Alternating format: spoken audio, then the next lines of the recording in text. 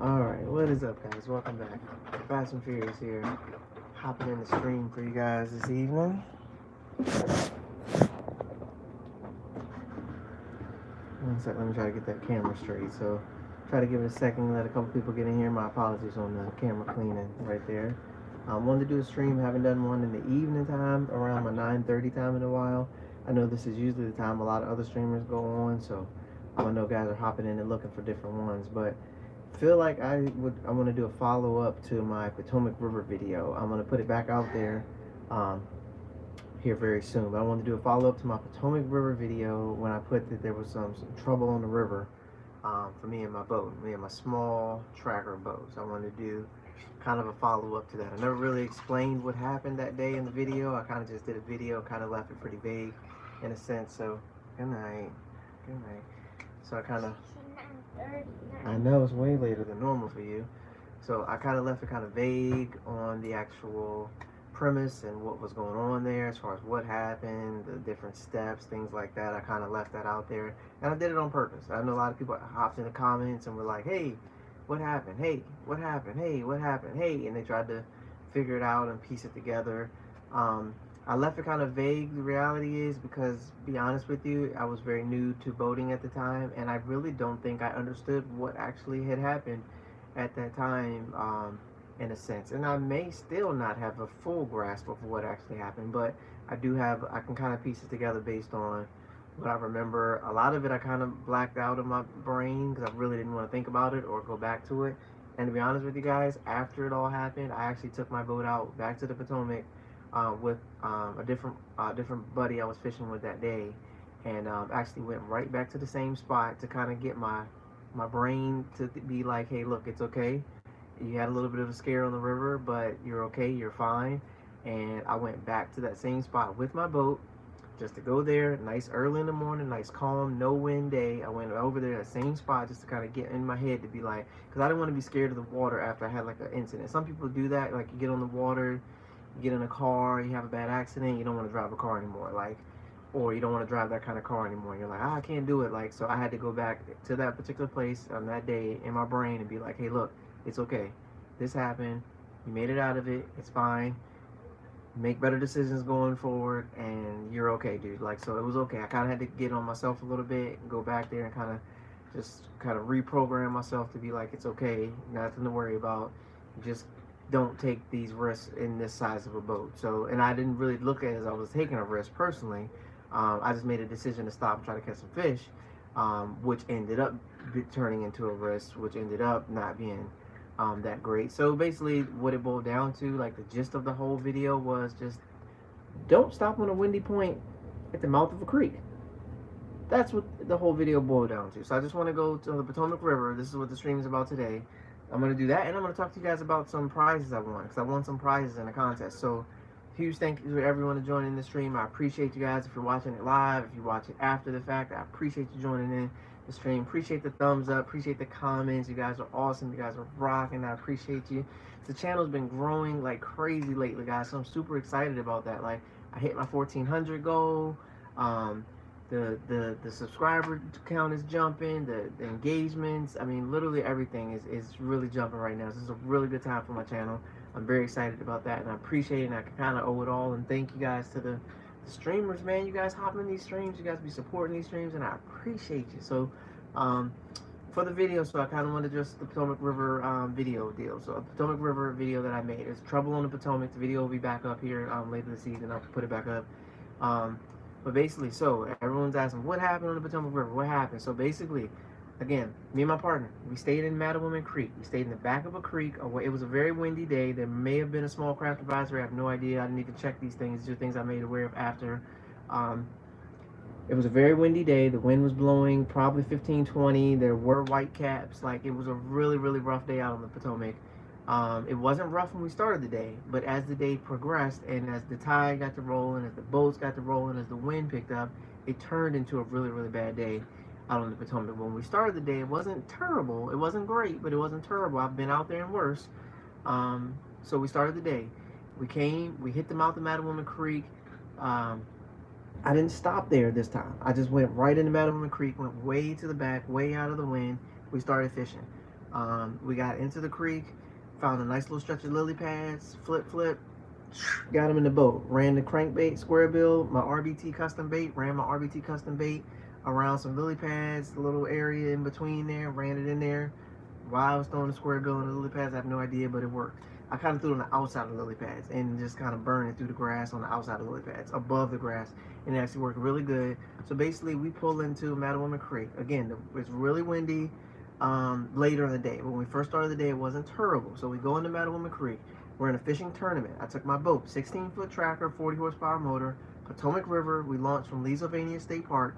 I went from Leesylvania State Park straight across from Woodbridge, straight across into Maryland. Went into Mattawoman Creek to get away from the wind, to get away from all the people. Went right into Mattawoman Creek, found a spot, started fishing. First or second cast, I got a good 3-pounder on. Boom, right. Got him in the boat. A couple casts later, I got a 2. Another cast later, I got another 2. So I'm at like 5. Hey, 1 cast, 1 fish. So Potomac River, appreciate you copping in the stream. Potomac River tournament day.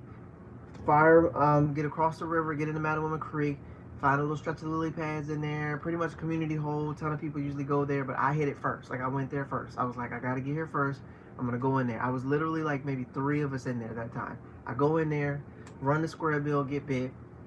Probably 3-pounder, 2-pounder, a pound and a half. It's a 15-inch limit at this time, I believe. It may not have been, but 2-pounder, 2-pounder. Later in the day, my partner flips into lily pads, Texas rig worm, yanks out a good one there. So we probably got about a 10, 11-pound bag. Potomac River, not bad, not bad. We needed some upgrades, that's for sure, but we had at least a decent bag.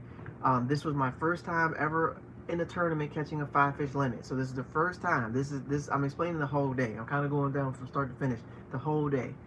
We're on the Potomac tournament day. We're in a club tournament on the Potomac River. We're the smallest boat out there. It is what it is. Well, tied for smallest. Me and my buddy Scott Hollywood. His boat's bigger than mine, but it's the same motor size. His boat's wider, can handle a little bit better than mine, but it's okay.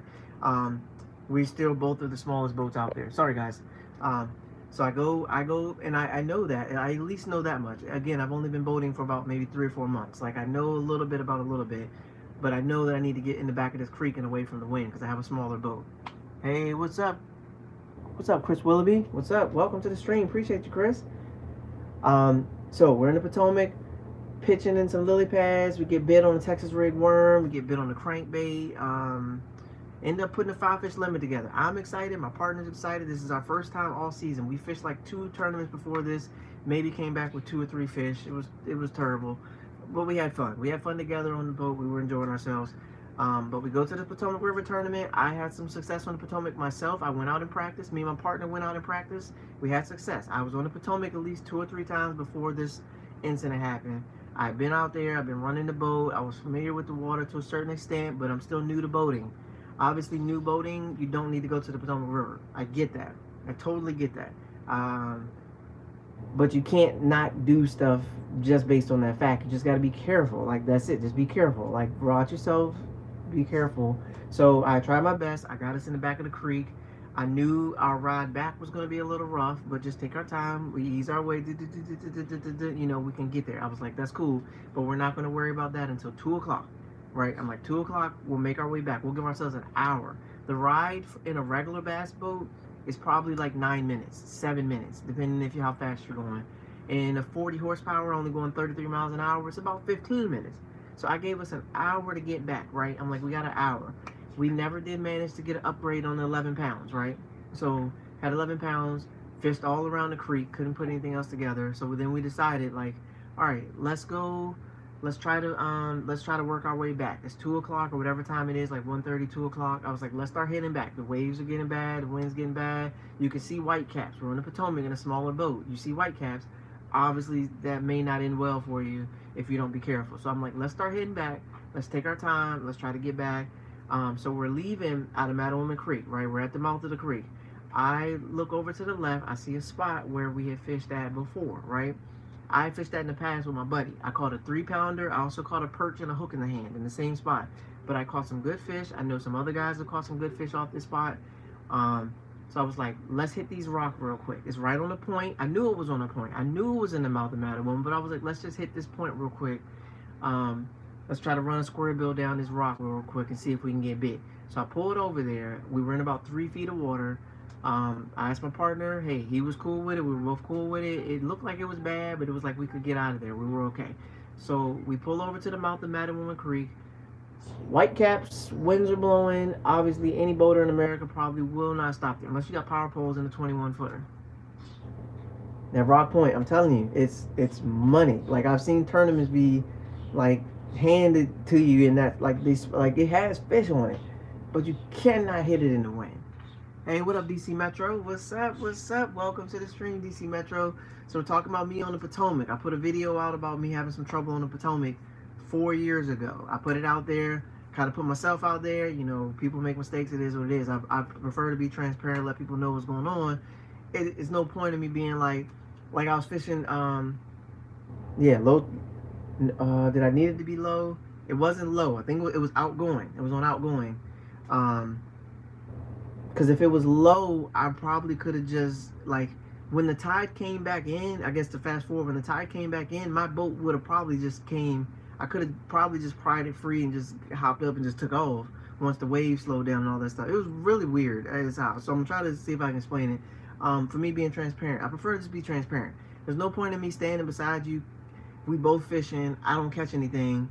You don't catch anything. I get hung up like 6 times, and then I hop on Instagram and post an old picture of me catching a 5-pounder. Be like, yo, I was killing it today. Like, no, like that's crap. So I don't mind being transparent, but I also I, like I'm on myself. I don't really like it per se when people want to jump on what I'm already saying. Like I'm already admitting that stopping on the point on outgoing tide, 15 to 20 mile an hour winds, white caps on the water, 16-foot boat with a 40 horsepower motor should not stop on that part.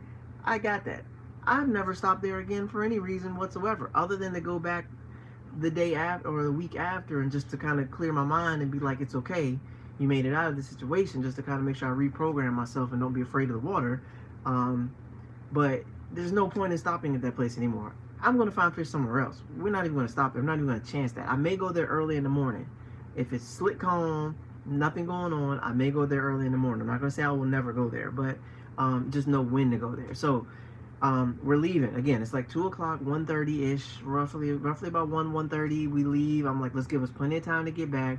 We'll try to hit a couple things on the way out of this creek and see if we can maybe catch a quick upgrade. If not, we just gonna make sure we get back to the weigh-in site, okay? Right. Hey, what up, fishing the spot? Puerto Rico? What's up? What's up? So we're talking about me on the Potomac River. Just to kind of recap, I'm trying to get there. So when I'm on there, so we stop on the point. My partner, we both look, we're like, okay, cool, let's stop. He makes a couple casts, I make a couple casts. So I can't stop my crankbait.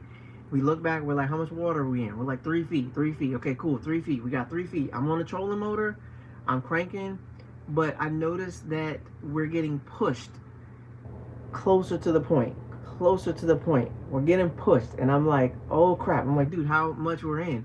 And he's like, it's under a foot at this point. We're under a foot. I'm still on a trolling motor. We're literally getting pushed by these waves that are coming in right into the bank, right?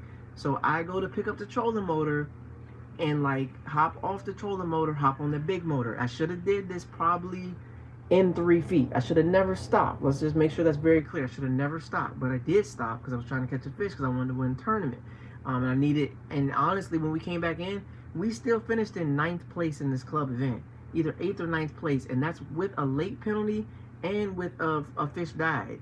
And this whole ordeal, one fish died, right? Like we lost one fish that died out of this whole ordeal, and this is including being towed back to the weigh-in site. Including being towed back to the weigh-in site. It might have been one, maybe two. I can't remember per se. But we had a penalty for a dead fish, and we had a late fish penalty, and we still finished either 8th or 9th in this tournament, right? Sucks for the fish. I really hated that, but it was really tough. But we still finished in a very good spot, and like if we had an upgrade and we didn't have that penalty, we probably could have finished in 5th or 6th, maybe 5th or 4th, right? Like we did really good for that day for what we did. If we didn't stop, we would have got back to the weigh-in, probably did pretty good, but it's okay. You know, stuff happens, you learn from your mistakes and you keep rolling. But so we stopped. We're in 3 feet. Next thing you know, we're in 2 feet. Next thing you know, we're in 1 feet. I need to hop off the trolling motor and go. So I go to hop off the trolling motor. I lift up the cord to put the trolling motor up. The cord snaps. So I had the old black cord. I hadn't switched to the TH Marine wire handle yet. I had the regular black cord that comes on the boat. Again, I've only had the boat for probably about 3 months, maybe 4 months at most. I didn't upgrade a bunch of stuff yet. I still had the 45-pound thrust trolling motor as well. If I had the 65, I probably could have just barreled on out of there. It'd have been fine. 45 versus those winds on that body of water in those conditions stood no chance whatsoever against those waves. So I go to pick up the trolling motor. The cord snaps on the trolling motor. The trolling motor then becomes lodged in the rocks, and I didn't do enough to get it out of the rocks. So it's lodged in the rocks. The boat's stuck right where it's at. I can't seem to lift the trolling motor up somehow. So I don't know what's going on with the trolling motor. I cannot get it to unlodge and get it unstuck. I hop on the big motor. I go to back out, even with the trolling motor. I'm like, if we lose the trolling motor, I will replace the trolling motor. But I'm trying to get us out of the situation. And the reality is we're in a foot of water, right? Literally, all we got to do is hop off the boat and walk onto the bank. We're not in any danger at this point in time. We're like literally, my boat's in danger because it's just, the boat's here. It's trapped. I go to get on the big motor. It's about to just bash into rocks. Like it's literally, I'm trying to keep it up as high as I can, but it's like bashing into rocks. Like clank, clank, clank, clank, clank, clank, clank, clank. And I'm like, okay, this is going to tear up my whole everything, right? I'm not going to have a boat after this. So I stopped that real quick. I got it up as high as I could. Tried to back it up. I couldn't get it out of there that way. The trolling motor's stuck. I can't get unlodged from that part. I can't get the big motor to get it out. At this point, we're stuck in the rocks. And now waves. Again, remember the 3-footers and the white caps. White caps are now pouring water into my boat. So I'm in the boat. I have a limit of fish, me and a partner. One step out of the boat and we can get on dry land. In the boat, we're taking on water. I got my life vest on. I go to dig in the bottom of the boat to make sure I get my phone and my keys and, you know, all my stuff like that real quick from the bottom of the boat. Save anything I think that's important because now we're taking on water. I can't back up. I can't move the trolling motor. And now water's filling up the boat. So now even if I do back up, I'm going to have a boat full of water, 2 people that each weigh at least 190 pounds. I'm not going anywhere. My boat, I will drive off and that sucker will go to the bottom. So I'm like, I'm going to keep my boat lodged right here in the rocks, right? It's taking on water, taking on water. I go down in the boat and get my stuff. Life vest goes off. Okay. Yeah, so that's it. Like, dude, it was a conglomerate. Like, there was so much crap going on. So I go to get my thing. The vest goes off. Like, I'm sitting here like this. I'm in the bottom. I got the vest on my head like this. I'm trying to find my keys. I find my keys. I give them to my partner to hold on because he's got one of them vests with the zipper pockets and all this crap. I get my phone. I call Geico. I'm like, yo, we are in trouble. I need somebody to come out here to try to get my coordinates. I'm like, we're in the mouth of Mattawoman Creek. My boat, again, right at this point, is completely filled up with water. My battery, I mean, everything. But I got the motor out of the water, right? So I got the motor out of the water. I can't get the trolling motor out. I can't back up. I call my buddy, Sky Hollywood Outdoors, and Bass and Sail. So I call Sky Hollywood Outdoors. I'm like, yo, Scott. I call the tournament director. I'm like, yo, somebody come help me. I call Scott. Him and George are fishing way away from where I'm at. They come. They bring a nitro, 20-foot nitro.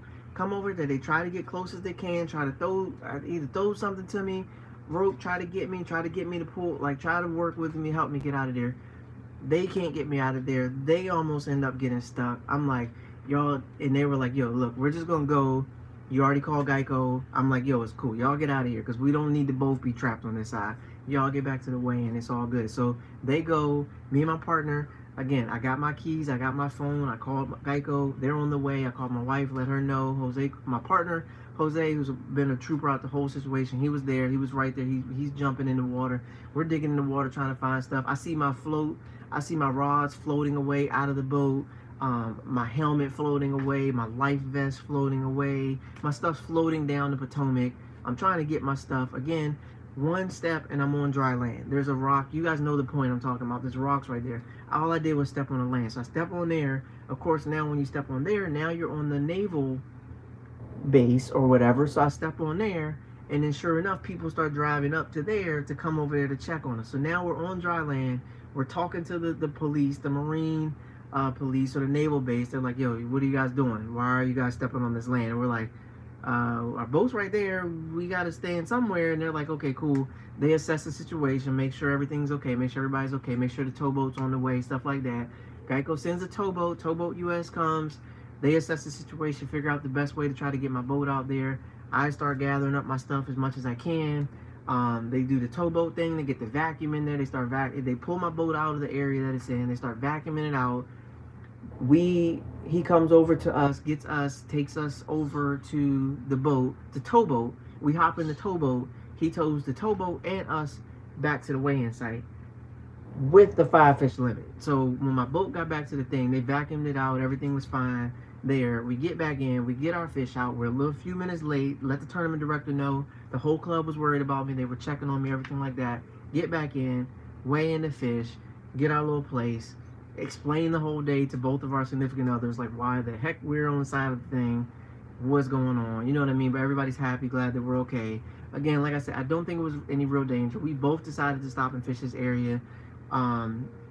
We both were, I personally was not aware of how quickly the situation could turn from, because I got a big motor, so I'm assuming anything I get into I can probably get out of. But in this particular case, I think it came down to just sheer reaction time. Like, you had to see that it was coming. If you were going to save yourself, if you're going to get out of the situation, you had to react like really quickly.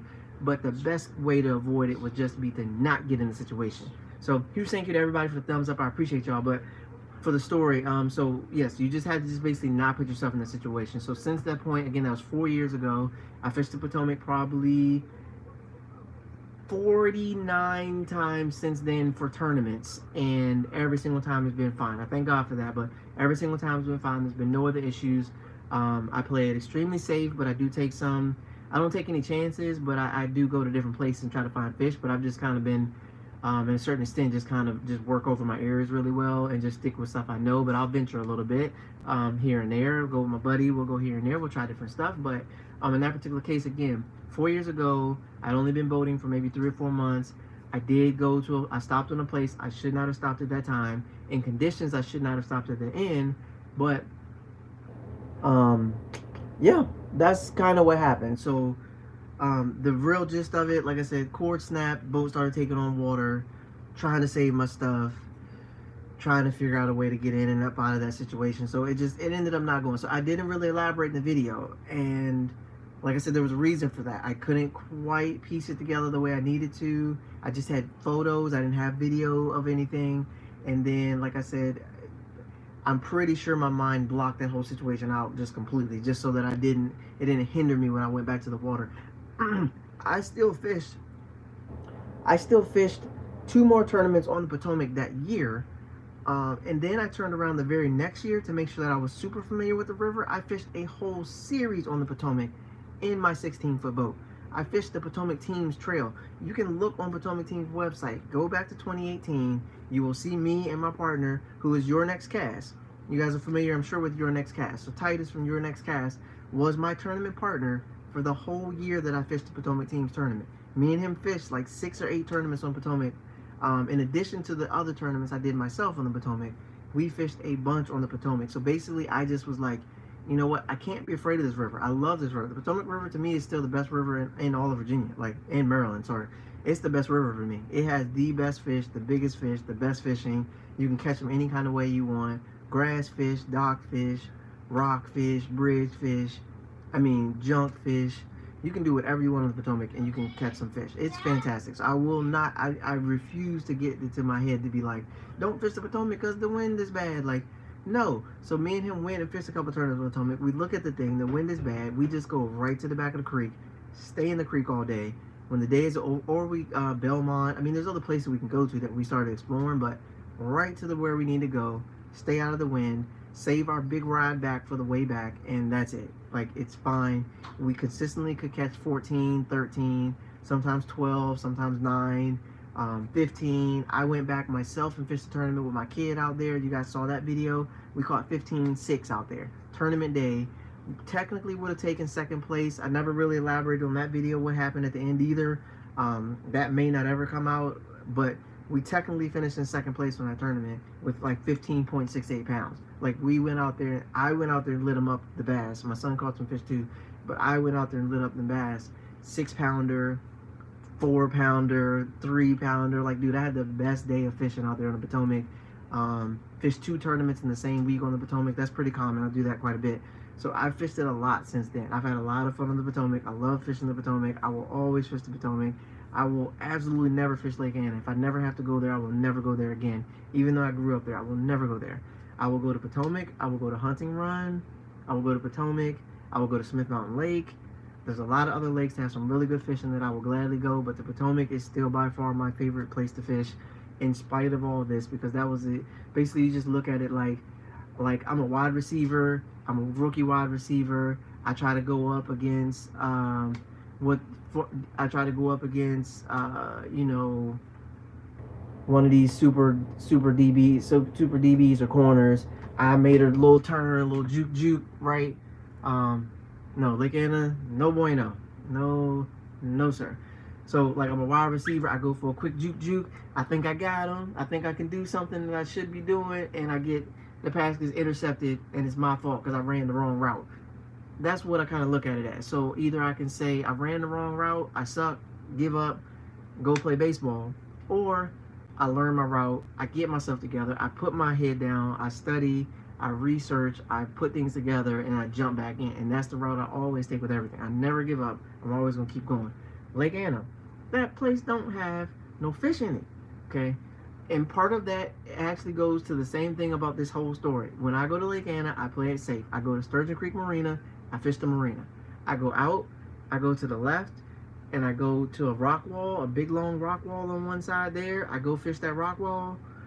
If not 37 people on it, I fish that wall. I either catch something or I don't. I go to the bridge. I do not mind going down south to fish Gaston. I definitely would. I don't hear great things about Gaston all the time, but I will gladly try it. I feel like, I mean, I hear good things, but that's also too, you kind of got to look at the source when people say they don't catch things on certain bodies of water. Like, right, like if Tommy Biffle, I agree with you 100%. If Tommy Biffle says he goes to a place and he don't catch no fish, you have to know that Tommy Biffle was probably throwing a Biffle bug, or he was probably flipping and pitching. He ain't catch nothing. Defoe goes to the same lake and goes deep. Brandon Pollinet goes in there and goes offshore and cranks him to death, right? Or throws a big glide bait, and he catches them. So you kind of got to look at the source. So people say, Gaston ain't catching nothing. Like, they might be throwing 15-pound and flipping a jig. I'm going to go out there. I will gladly throw 6-pound in the drop shot and set my drag right.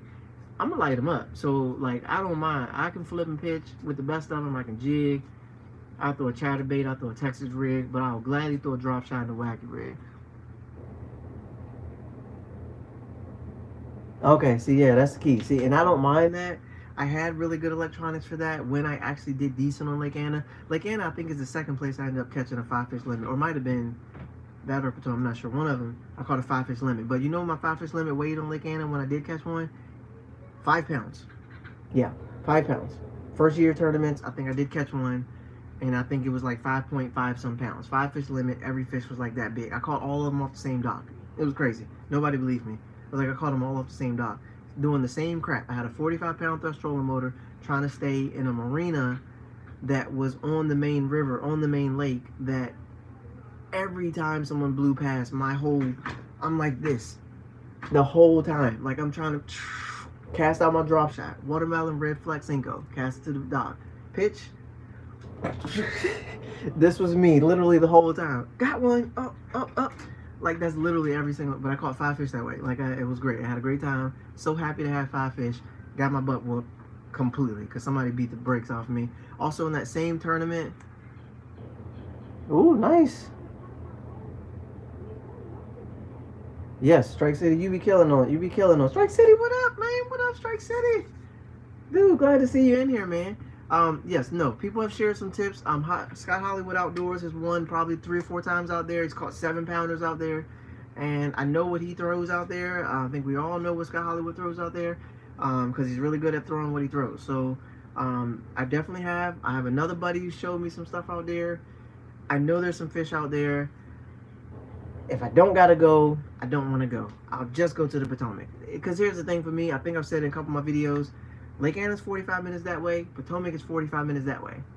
On a good day, each one of them is 38 minutes each way. So if I'm gonna hop in the car and take my boat somewhere, I just assume I go to the Potomac where I'm doing pretty good at, because I don't plan on traveling the world and fishing right now. That's not the best time. Obviously, I think we all know that. Even after this, is not going to be the best time for me to travel the world. I got 4 kids now. I don't need to be in California fishing a tournament right now. I've made up my mind that I'm gonna stay on the East Coast, enjoy myself, fish as much as I can, do what I can, and then I'm gonna go from there. I may branch out. We'll see. If I can just be the best Potomac River fisherman that ever was, that is a goal that I'll be very happy with achieving that goal. I don't really give a crap about Anna, literally at all. Like any club that schedules Anna on their thing, I know that that club is not for me. I will not join that club because I don't want to go to Anna.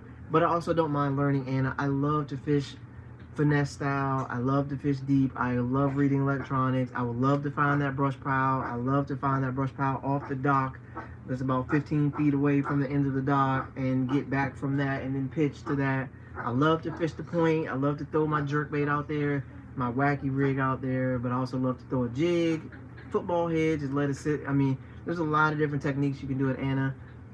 I just would prefer to go up to a dock on the Potomac, pitch. I'd rather rip them out of the grass. I'd rather punch grass 100 out of 100 times than I ever would rather go to Anna and do literally anything other than just, it's beautiful out there, that's for sure. And like I said, I grew up on Lake Anna. I literally could walk to Lake Anna from my house when I grew up. Like Lake Anna is where I lived. I lived at Lake Anna for 28 years of my life. I lived at Lake Anna. When we left high school, I was at Lake Anna. When it was senior skip day for high school, we went to Lake Anna State Park. Like I went to Lake Anna. Like that's where I'm at. Yeah, snakehead bite on the, oh boy, lights out. I'm ready for that. I'm 100% ready for that. Let's get it. I can't wait. But I'm telling you guys, I grew up on Lake Anna. Like Lake Anna, my street I grew up on was Lawyers Road. Like it's literally right there for Lake Anna. My church I went to was in Louisa. I had to drive past Lake Anna to get to my church every single time, and we were there. I go there all the time. I like Lake Anna is me. Lake Anna, that's my hometown. That's exactly the street I grew up on, was Lake Anna. I just never fished it. Like I never fished it when I was that age, so I never fished. I never went to Lake Anna. I just grew up. I know about Lake Anna, but I never fished it. I know there's some good spots out there. I found some good spots out there in my tournament. I started putting some stuff together. I fished one tournament out there, right? Let me finally share this. I've never shared this, right? I fished one tournament out there. I was in the tournament. Guys in the club in the tournament with me. I'm fishing a dock. I got a drop shot. I got my electronics. I've located some fish. I'm dropping down on the fish, right? I'm video game style, right? I see the fish on the graph. I see it. Good sized fish. I'm like, all right, let's take a look. Drop shot. Watermelon red flag.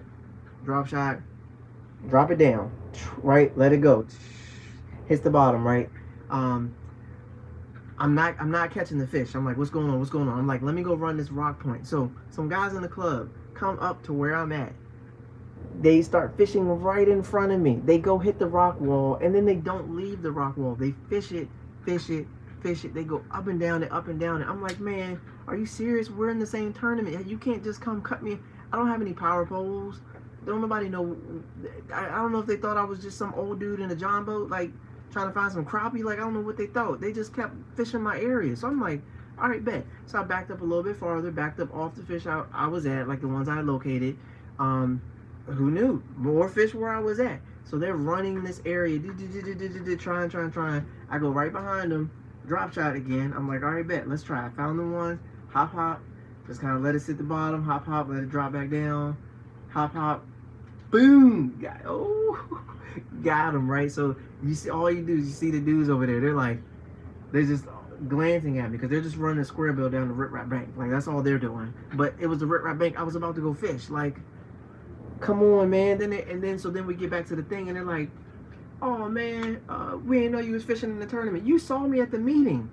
You saw me at the morning prayer. How did you not? Seriously? And how many guys with this did you see at the morning meeting?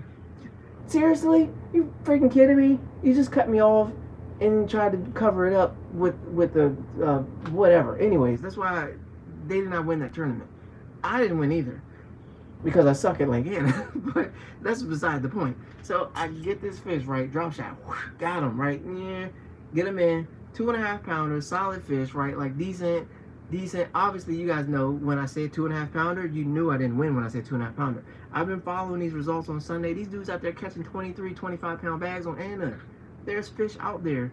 I just don't know where they at. I do need to go out there with somebody that's actually familiar with Lake Anna, that knows where they're going, knows a couple different things, has a bigger boat, doesn't mind running. Because Anna, like you guys know, like I know, Anna can get to howling on you. And that crap is scary. I do not want any parts. So when I go to Anna, I leave Sturgeon Creek, I go to the edge of Sturgeon Creek. If I look out at Sturgeon Creek, or on my map told me, or the wind told, or the readings told me, if I look out there and that crap is going like, I turn my butt around, I go right back to Sturgeon Creek, and I'm like, we're going to win or lose in Sturgeon Creek today. That's how my Anna tournaments go. I go in the creek, and then I just flip every dock that I can. I throw a 6-pound test, throw a jerkbait, throw a wacky rig, Ned rig, drop shot, something. I just throw that in there, or yeah, and that's it. Either I win or I lose. I wasted $80. And I can't even say it's a waste. I had a great time on the water. I enjoyed myself. As long as I catch a fish, I get some points, and we go to the next event. Like, I pretty much, that's how I chalk it up to Anna. So like I said, it would probably help if I did go out there with somebody, in someone else's boat, ride around, just kind of get familiar with, not take your juice, but just ride around with you, just kind of piece together how this lake goes, then build on that knowledge myself and do that. That's what most people normally do. That's actually what I ended up doing on the Potomac. Although I had some very good early success on the Potomac myself, it didn't click on me on the Potomac till I actually hopped in and did some other things with other people, just to kind of open the whole possibility. So with that being said, 2 of the tournaments that I participated in on Lake Anna were won in the creek. So one, the guy's motor messed up day of the tournament. He stayed in the creek and beat the brakes off all of us in the creek. The second one, same thing. Didn't leave the creek because of a trolling motor or some kind of issue and beat the brakes off everybody again in the creek. So I know you can win in the creek. They just know what to do in the creek. I'm still figuring out what to do in the creek. I actually got a couple good spots in the creek now that I feel really good about. And I will be going to Lake Anna very soon and kind of testing this out. But I do work. I just started I do work quite a bit, actually. I work a lot, so it's not conducive to me to be able to get out there right now during the week. The weekends, a little hazy as well, but I will be out there very soon. And I will be out there trying to figure out these things that I've been working on. But at the same time, like I said, I can't wait to just get back fishing the Potomac. I just want to get to Hope Springs or Leesylvania, run that boat across the river, and I want to get on some fish and some lily pads. I want to just pitch around the lily pads. I want to find some grass. I want to rip a lipless through there. I want to rip my chatterbait through there. I want to burn a horny toad on top of the surf, like throw some braid, 65-pound. Like, that's what I want to do right now. I love finesse fishing like the next guy, but I am really, really hooked on this aggressive combat, pulling them out of the grass and fighting, and like these kind of, as opposed to like, God, like, I can do it all. I have no problem with it, but I'm just saying, the other one's gotten really fun to me lately because I did the first one so much, and this one I'm doing a lot, getting better, piece it all together, and then I will be like a phenomenal angler. But I really gotta hammer in this aggressive style, mix in my 6-8 pound finesse fishing style, and then also I've been working on a lot the mid-range games, my crankbait, chatter, stuff like that. Yeah, I don't know. That'll be interesting. I know a couple buddies have gone out there and been catching some good fish already, so I don't know. I can't wait. I guarantee you I'll be the one that can tell you when, because I will be there. I'm going to be there.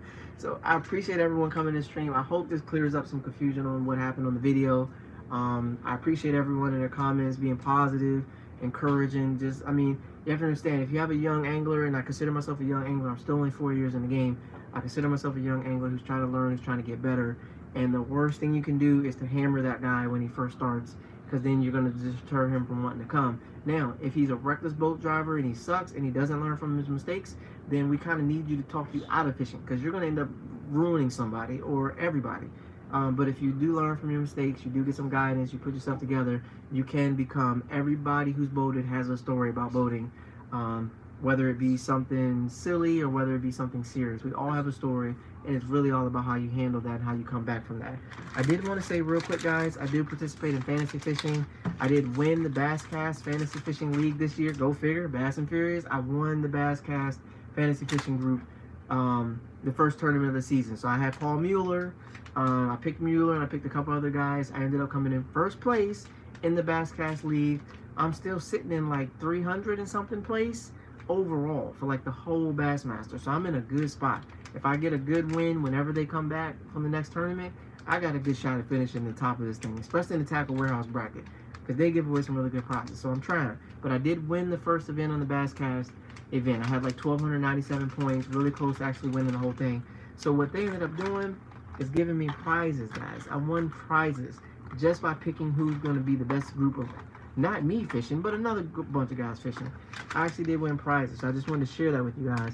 I got these prizes from the Basscast. So I got some jigs, fishing line, tackle company lures, X-Zone lures, and what I really like is these missile baits, Ned Bomb, PB&Js. So I ended up winning all of this tackle by participating in the Basscast Fantasy Fishing League and coming in first place in the first event of the season. Awesome, awesome. So I want to just encourage you guys that when fishing returns, hopefully Major League Fishing comes up with one of these too, because it's a lot of fun doing fantasy fishing. But for Bassmaster, I did ended up winning this prize pack from them. Basically, you just participate, you pick who you think is going to win the fishing, and then if you win, companies send you free stuff. So I got all this stuff just from signing up. It's free to sign up, it's free to enter your lineup, and you can win cool stuff from it. So huge shouts out to Basscast. You guys are awesome. I appreciate you guys. And the prize pack, they shipped it. They had a couple prizes they wanted to include that weren't ready yet, so they held on to the package a little bit just to include some more prizes for me. So I'm like, shoot, it's free stuff. I wasn't expecting it anyway, and I had no idea what I was getting. Shoot, hold on to it till all the stuff come in, right? Like, so they did, and it worked out great. Cool. I appreciate you, man. Appreciate you guys tuning in. We're wrapping things up. I'm in about 40 minutes, so appreciate you guys tuning in. Thank you to everyone that was in the live stream this evening. You guys are awesome. My Bass and Furious friends. Thank you. Thank you. Awkward hug with Bates. I did win prizes, and I did share some information. So I appreciate you tuning in. I will be back again, hopefully at this time or a little bit earlier. Not Wednesday, probably Friday. So look forward to speaking with you guys again. I'll have another great story to hopefully share with you guys. About my video or tournament experience. I got a couple more really good ones I want to share. So, and then get you guys feedback on. So, thank you again for tuning in. Appreciate you all. As always, peace, peace. Stay safe, everybody. I'm serious. Like, stay safe. Get your gloves. Don't open any doors. Run if you see people coughing. Don't slap them, because that's not good for anybody. Don't slap them if they cough around you. Give them evil eyes and then run. Okay, tell them don't ever do that crap again. Don't talk about no daggone allergies. Ain't no allergies. Take your butt to the doctor. Okay, anyway. Peace out, guys. You guys are awesome. Thanks for tuning in. I'm out.